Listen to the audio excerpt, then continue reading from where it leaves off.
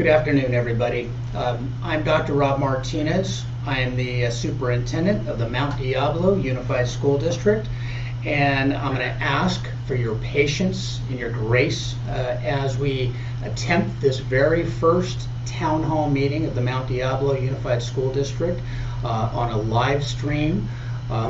We have, as you know, canceled our evening governing board meeting today that was regularly scheduled, but as we were coming through this weekend, we believed it would be important to provide some updates to our students, their families, our community, and that's what we intend to do within this next 20 minutes or so.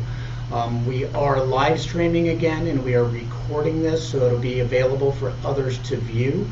What our focus is to really first let you know that we understand how difficult the response as a family can be, how difficult a response as an employee can be, and how difficult really our entire community, the difficulties we're having in dealing with this entire pandemic that's affecting our worldwide situation, but really does hit us close to home. We wanted to offer thanks to our employees who, even though out of a desire to maintain their own personal safety and the safety of their families, have responded to our call for support for service to students. We have many individuals doing a lot of different things to support our students, and we're going to talk a little bit about that today. Primarily, keeping our students safe is our primary focus, and the security of our students as well. The emotional health of our students is also ever present in our minds, and quite frankly, meeting the food security needs of our students in addition to that. For our families, our employees, our community, we know that the expectations that have been provided to you by our local authorities, our public health, our state government, Governor Newsom, and really across the nation, you've been receiving so much information. And again, the governor's executive order has called for us to all stay at home. And you might even be wondering, well, then why are you at work? Well, within that executive order, the governor did identify school service to children as being an essential function. And there were 4 components within that essential function to our students. One is our feeding programs, the sustenance of life and providing food security to children. The second is extending and maintaining educational opportunities for students the best we can in this situation. Another one was in child care, and quite frankly, we've enlisted you, many of our parents, in the care of the children because of the complicated nature of being able to reopen schools with no personnel there. It becomes very difficult.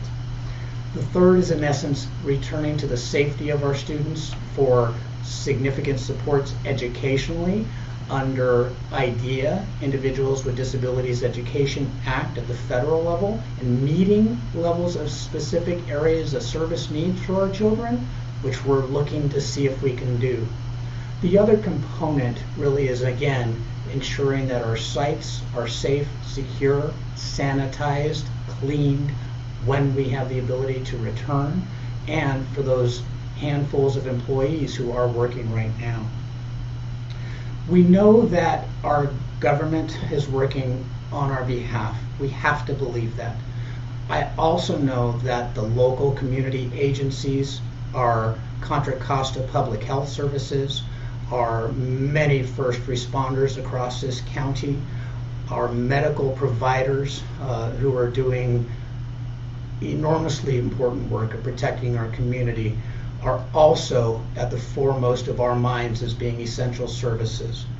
We are part of that, and yet we're not lost that we are the most important part of our community taking care of business right now. We're part of that whole process. We are trying to approach this with precautions, preventiveness to make sure that we don't create more difficulties for them, and with purpose in our actions.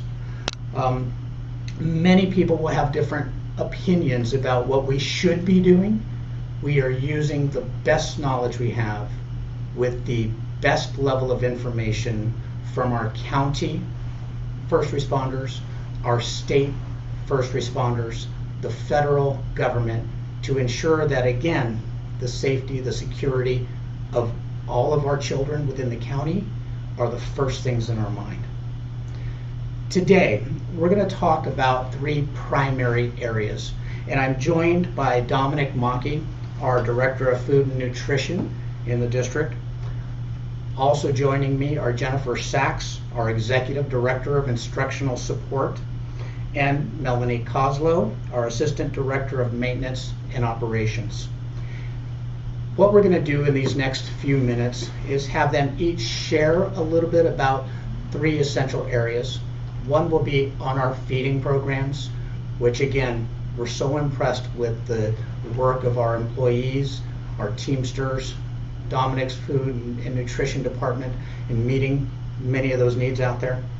We're going to talk then to Jennifer about our educational options that we're initiating for students, striving to expand, and what that looks like going into the future. And we're going to have Melanie Koslow then speak to us a little bit about the procedures and process that we've been using to maintain the safety of our sites and the protocols that are in place to ensure that we don't bring students back to any level of schooling that is not safe for them. Okay.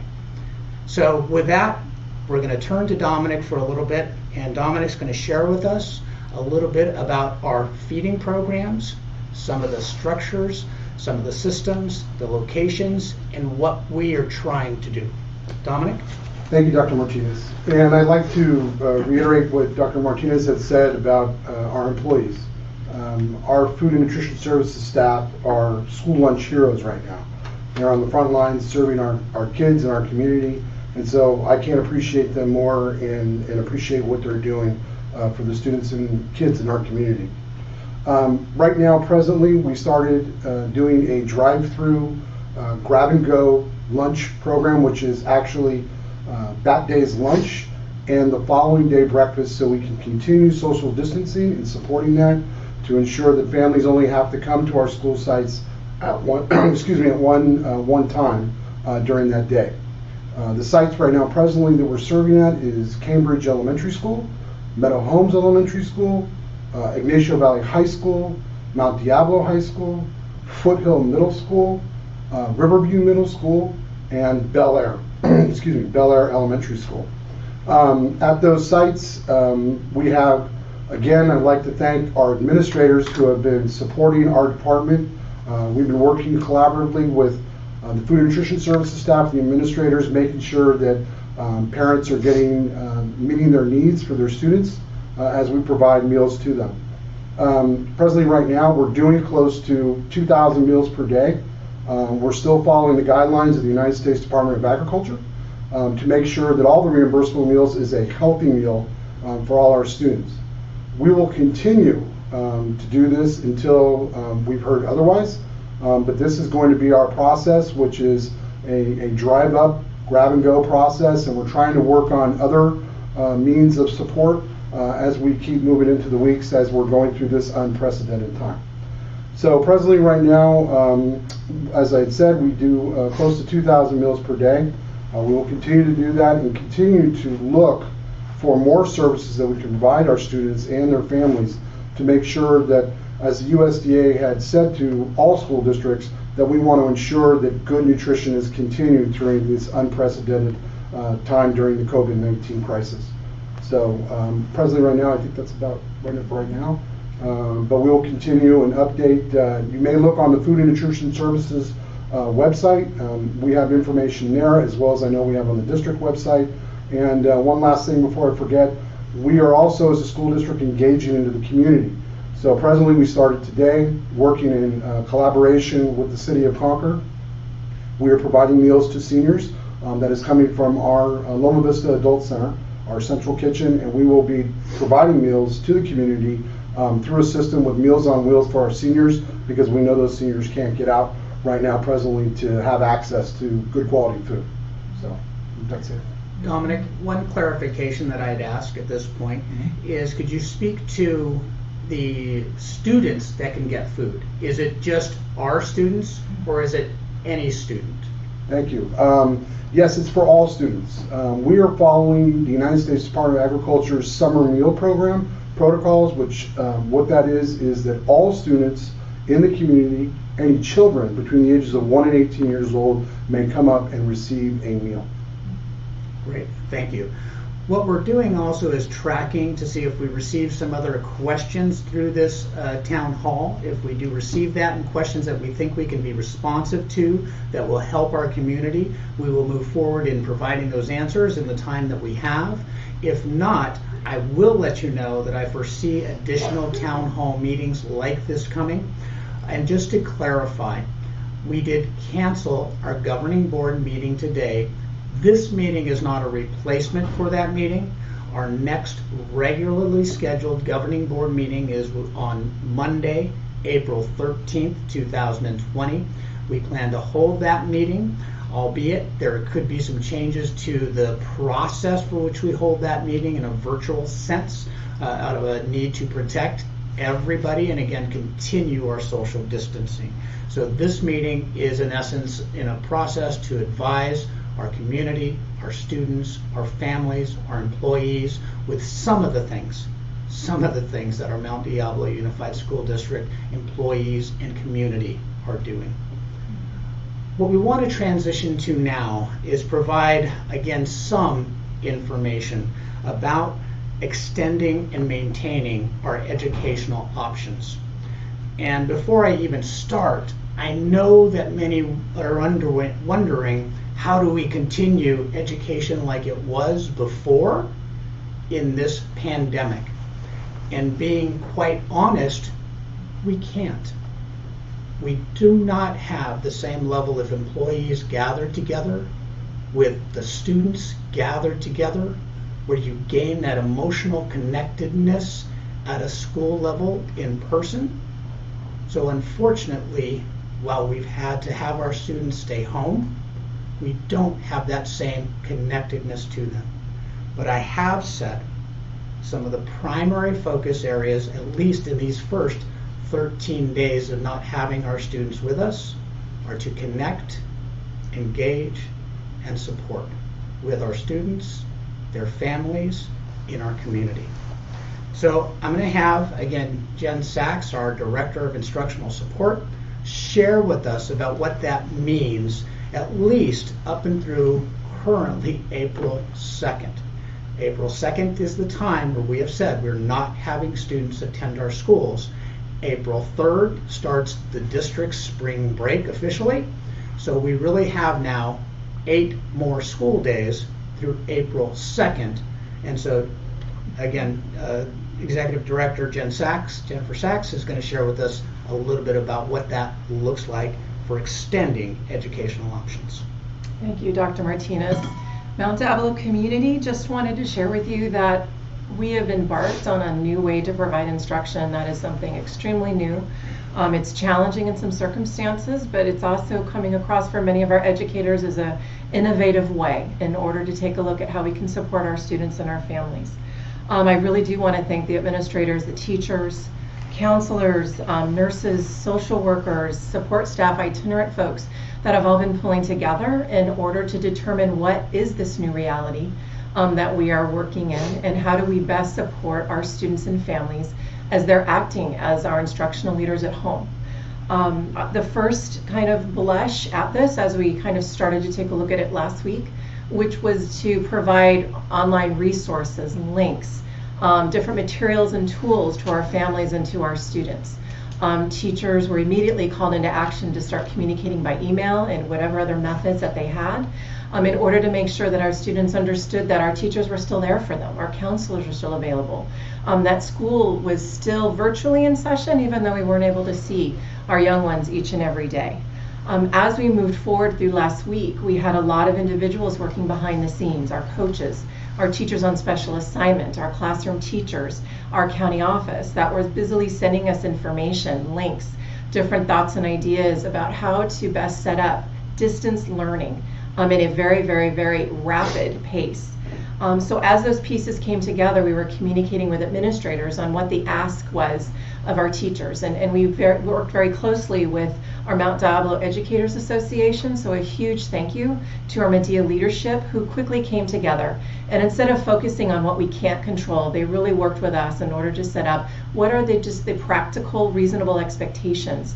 How did we come together in order to make sure that we could provide content for families? And at the same time be reasonable that we've got employees at home that are now full-time parents as well as still working to provide students instruction. We have individuals at home that are dealing with some health issues. So to that end, again, we want to thank Medea for their collaboration. So starting week 2 and beyond, classroom teachers as well as other staff members have been putting out information about virtual office hours. They're checking email on a regular basis and setting up distance learning plans. For some of our secondary and even our elementary instructors, they have already set up Google Classrooms. They have already been pushing out schedules and different lessons and assignments. And if you have already locked into a particular online platform and you're watching this, thank you, continue on. Do your best work supporting students and families. If this is a new, extremely new environment for you, please utilize the resources that were released this morning, which really has quite detailed explanations on how to schedule and set up distance learning plans for your students and your families. As we move forward, we're going to be building out resources. Our counselors are individuals that have been working in order to pull together resources. If you do need access to additional support, please take a look at the school site's websites. There is a staff list, and you can always access counselor emails as well as support staff through accessing your school webpage. We're all doing our due diligence in order to support students and families in every way we can. I think also we need to give a shout out to the publishers that are out there that have really been unlocking quite a bit of content that normally we would be charged, but they're really making it free source, and so we do appreciate their support during this crisis. Everything that we have been pushing out, it's certainly not an exhaustive list. Many of us have been accessing things we found on social media, on other districts' websites. So if you are looking for resources, you can always go to our County Office of Education website, take a look for parent resources, as well as our own district website underneath the Parent Portal tab. And you'll see there links to elementary as well as secondary resources. And these will constantly be added to as we vet certain resources to make sure that they best meet our community's needs. We're asking that we're all very flexible with regards to supporting our students at home. They're very stressed during this time, as many of our families are. So we're really trying to focus on learning for learning, mastering content and standards and the information that's being sent home, working at a pace where the students can really feel as if they're mastering some content. And then as school closure information becomes available, we're going to be able to give more direction. But at this point in time, we're just really wanting you to continue to reach out to your teachers. Your principals are there for you to provide support, as are school counselors and other resources. So please utilize your school websites as well as the district websites for up-to-date information. One of the things that's not lost upon us is that being pushed, in essence, into a distance learning process for 30,000 students of varying needs, varying degrees of academic success, varying needs of support needed to find that success, is no easy feat. We have been fortunate that so many of our teachers have been willing to try something new. Most people in a process around the state and quite frankly around our nation were not ready for this. And so we have also been looking to our professional learning network across California, across our districts, across the nation. And we know you too in our community are doing the same things. And so what is difficult, we have to face our reality as well, is that throughout the district, we did not have one-to-one devices for every child in every level, that they were well tuned in, or our teachers were professionally developed in using those devices, where we could just turn a switch, if you will, and make it all relatively easy. This is a challenge, and a challenge for all of us at different levels, and yet one that our coaches, as Jen has talked about, our teachers, our entire administrative team has kind of taken on. I started by saying we ask for your patience and your grace as we work to ensure that the different decisions that we make with regards to working with our students are the right decisions. Some districts have been able to be in a better place to say everybody has a device and let's go do this same thing. We know we have not been there yet. So we're getting up to speed with some of these things to support our students, but we are moving fast and ascending with great speed for our students.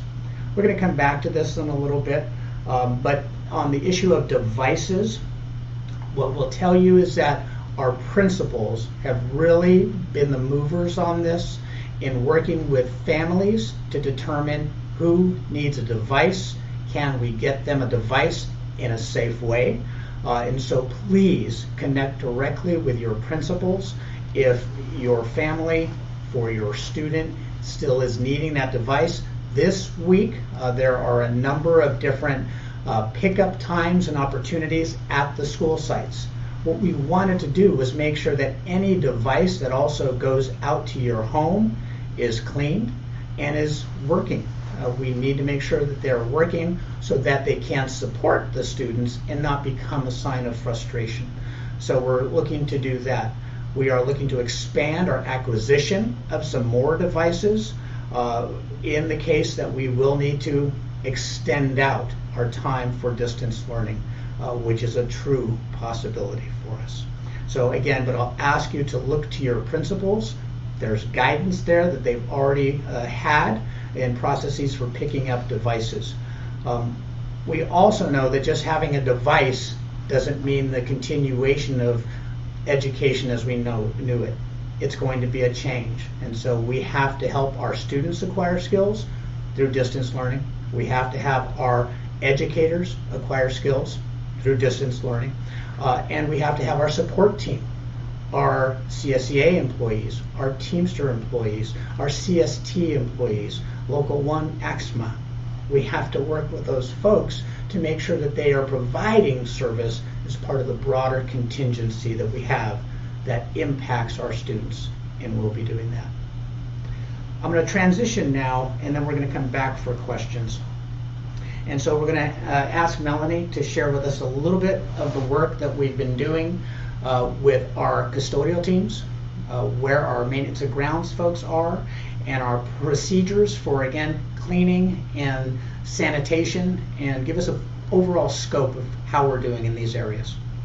Thank you, Dr. Martinez. Again, I'm Melanie Coslow, Assistant Director of Maintenance and Operations.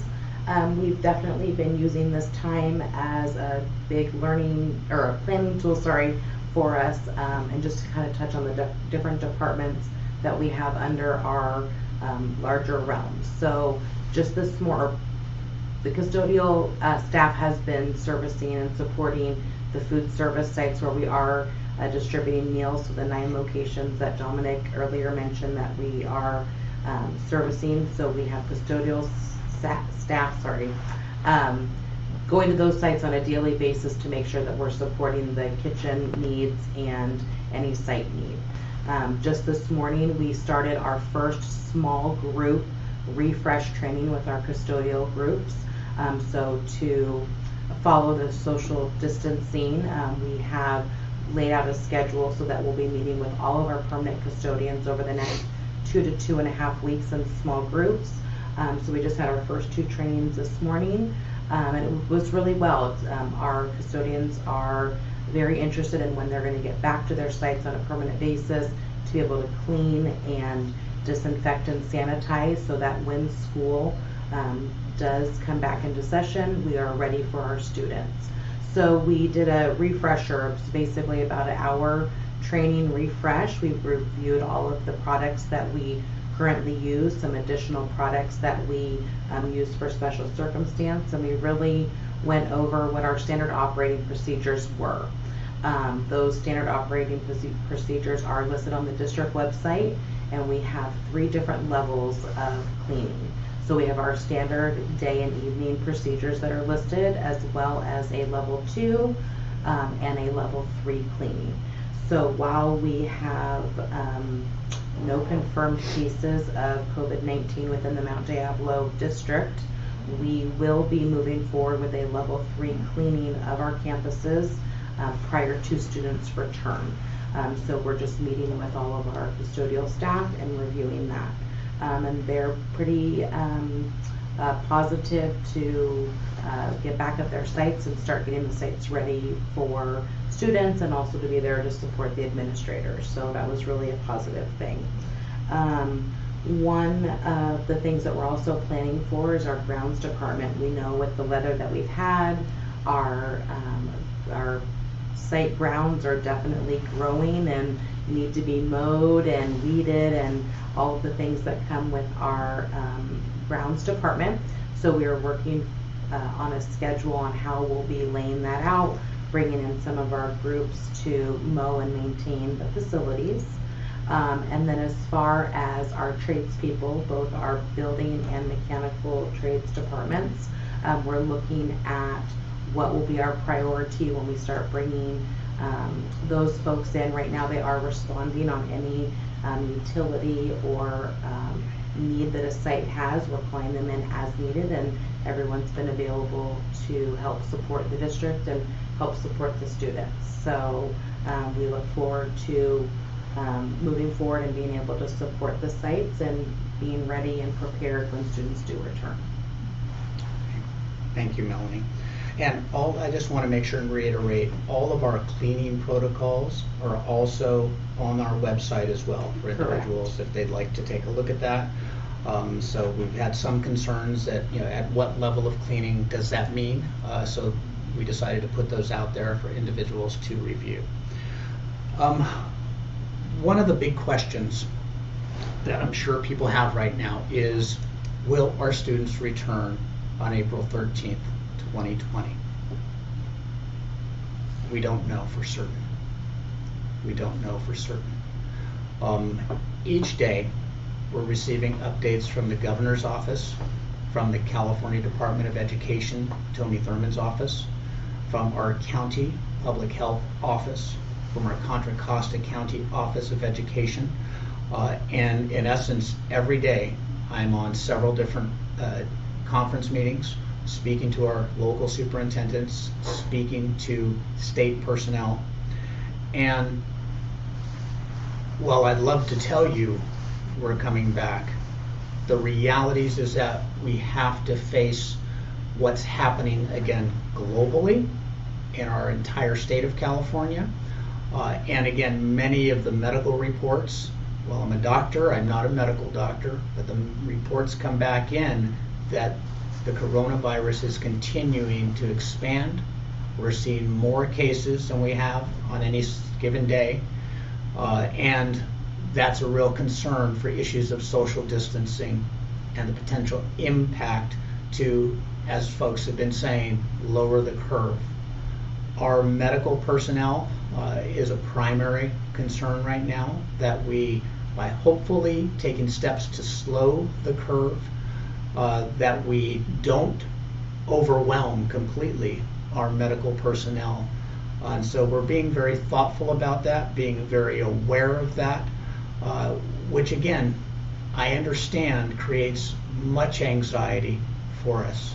Because while we hear on one hand, let's just stay away for a couple of weeks and get back to it, our reality that we have to plan for is that if we're not able to do that, will we have a new date that we may be able to come back into, or will the rest of school for this year be canceled? I know that many people have reported about the governor's statement last week. And again, I'll tell you, at this point in time, unless it's happened while we've been live streaming, we don't have a new update extending the time of schools being closed. But that could be a very good reality for us, a very real reality. If in fact we are looking to extend any school closures, then again, our transition and the importance of transition into a more evolved distance learning platform for students will have to occur. We will have to get more devices or ways to communicate with students. We will have to begin engaging differently with our education personnel, both our classified and our certificated units. Also, our special education students. Currently, at the federal level, we're all awaiting additional guidance and support for some of our most significantly in need students who have individual education plans or 504 accommodations. Students' needs don't just stop because we're not in school, and we understand that. But meeting students' needs with the restrictions of not being able to be with them for service also presents a significant challenge to us. At this point, I'm going to take a look at a few of the questions that we have and received. We'll only be able to get to a few of them. One of the questions is, when will we see all Mount Diablo Unified School Districts going into distance learning? And I'll start, Jen, and if you've got some other points here. At this point in time, what I would tell you is, again, all of our educational personnel have been engaged in connecting, engaging, and supporting. Those are the first three things. It might have been through calls, email, online, social media, Google Classroom, Zoom Classroom, Class Dojo, the list goes on. But that was our intent for these first 4 days, that we are connecting, engaging, and supporting. As we've worked with our Medea group, we have accelerated the level of support for this week through an agreement, and even next week as well. So there will be more. Understanding that our teachers need some time also to advance their personal skills. While some are out there and they've been doing it differently, we want to make sure everybody has a full scope. If in fact we have to extend beyond the April 13th, again, we'll be working with our Medea educators, our CSEA educators, and expanding different ways to really determine what does school look like going into the future. If for some reason we're not able to bring students back for the rest of this school year, we'll need some guidance from the California Department of Education as to what that means for students with respect to units, grades, graduation, diplomas, and we don't have those answers yet ourselves. So we'll be asking those questions of our state representatives and working to get that information communicated to you, our parents, and our community. Some folks have asked, and another question here, well, what about 8th grade and transition into high school? What is the plan? Well, similarly as the other question, it doesn't make sense to us as educators that if we somehow needed to end the school year early, even while continuing to extend learning opportunities, that we would have 8th graders not go to high school. That doesn't make a lot of sense to us. And so we look back to some other unfortunate situations like in Haiti and Katrina, the floods, where children and systems persevered to help advance our students and get them to the next level. And so we will look to some of those examples. We will look to be the best providers of support that we can to transition students to whatever their next transition is. Many of our students are planning to graduate and go to college. Again, we don't see individuals staying with us as high school seniors into next year. But we're looking to work within the California Department of Education, our governor's office, and the federal government for that guidance. We'll get that to you. Some have asked about, well, what are we doing with materials for grades right now? I would tell you that at the elementary level, it's really about continuing from where our children have been. Report cards were recently designed and given out to parents. We should have a better understanding or a good understanding about reading levels and math skills to work on and their writing development. And we want our teachers to connect with you all to make sure you know these are the essential things I should be working on at home while we're building the distance learning, so we have a partnership. The middle school level, again, it gets a little bit more complicated for students with a variety of grade levels or a variety of classes that they have. And still, there's essential standards within each one of those classes that hopefully our teachers will be working and guiding you through. It won't be the same, but we can still advance those skills. At the high school level, again, more complicated, we understand, with a variety of classes that students are taking, AP, their IB classes, what have you. And so we'll need to work really specifically within the content areas of those classes to determine if in fact we need to have grades for any credits that are earned, or again, the state may say we're going to move people through by advancing the units that they've earned so far and crediting students, but we'll need some guidance on that.